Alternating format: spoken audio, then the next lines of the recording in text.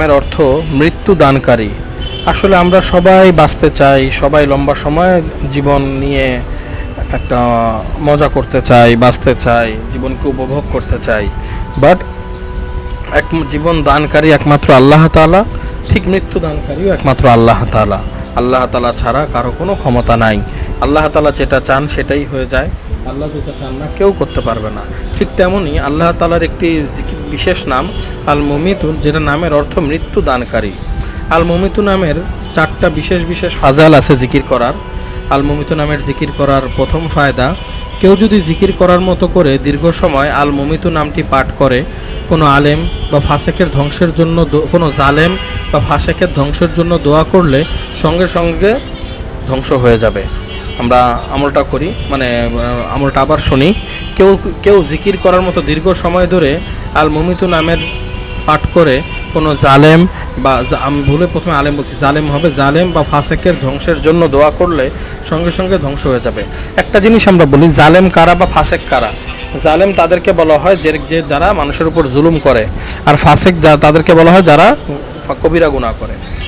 এই দোয়া কতটুকু করা যাবে? যদি আপনার কেউ বিশেষ কোনো ক্ষতি করে তবে হয়তো বা আমল করতে পারেন, তবুও কোনো মুফতি সাহেবের কাছে জিজ্ঞেস করে নিলে ভালো হয়। আমি কিতাবে আছে এই জন্য আলোচনা করতেছি। আল মুমিতু, যার অর্থ মৃত্যুদানকারী, এই নামের দ্বিতীয় ফায়দা, কেউ যদি বেশি পরিমাণে আল মুমিতু নামের পাঠ করে তার প্রবৃত্তি নিয়ন্ত্রণে থাকবে। তার প্রবৃত্তি নিয়ন্ত্রণে থাকবে মানে তার নফস হলো আমার দুনিয়ার মধ্যে সবচেয়ে বেশি আমাদের প্রধান শত্রু। নফসের প্ররোচনায় পড়েই আদম আলাইহিস সালাম গন্ধম খাইছেন, এবং আমরা যে সবসময় আমাদের নফসকে বশ করতে চাই, তবে এমনটা খুব ইম্পর্টেন্ট হবে। আল মুমিতু নামের 3 নম্বর ফায়দা, কারো মন যদি ইবাদত বন্দেগীর প্রতি আকৃষ্ট না হয়, এই নাম আল মুমিতু নামটি অধিক পরিমাণে পাঠ করলে এই নামের সুফল পাবে। রাত্রে ঘুমানোর সময় আল মুমিতু নাম পাঠ করতে করতে ঘুমিয়ে পড়বে, ইনশাআল্লাহ তার নফস তার অনুগত হয়ে যাবে।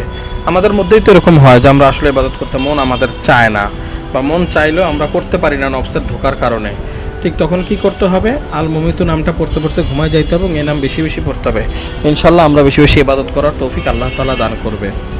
ঠিক আল মুমিতু নামের 4র্থ ফায়দা, কেউ যদি 7 বার পাঠ করে নিজের শরীরে ফু দেয়, জাদুর কোনো প্রভাব কার্যকর হবে না।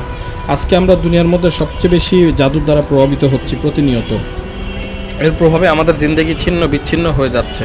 তো শরীর থেকে জাদুর প্রভাব দূর করার জন্য হলেও যদি আমরা এই নাম পাঠ করি, ইনশাআল্লাহ আমাদের শরীর থেকে জাদুর প্রভাব দূর হয়ে যাবে। আল মুমিতু নামটি 7 বার পরে দেহে ফু দিতে হবে। আল্লাহ তাআলা আমাদেরকে আমল করার তৌফিক দান করুন।